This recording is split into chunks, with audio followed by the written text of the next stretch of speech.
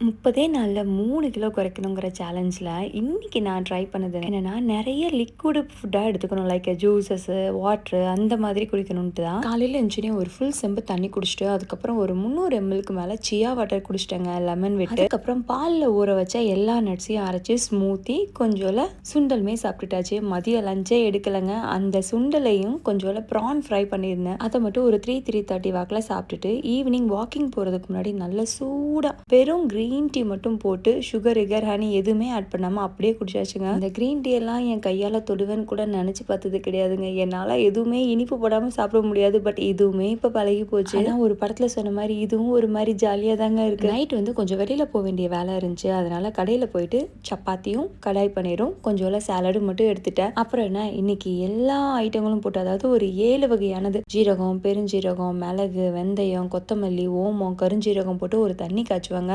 Weekly ஒரு 2 அல்லது 3 நாள் மட்டும் தான் இதை குடிப்பேன். மெஷர்மெண்ட் கேட்பீங்கன்னு தெரியும். எல்லாத்துலேயும் கொஞ்சம் கொஞ்சம் ஒரு 10-15 போடுற மாதிரி மட்டும் நல்லா போட்டு கொதிக்க வச்சு குடிங்க. செம்மையாக இருக்கும் வெயிட் லாஸ்க்கு.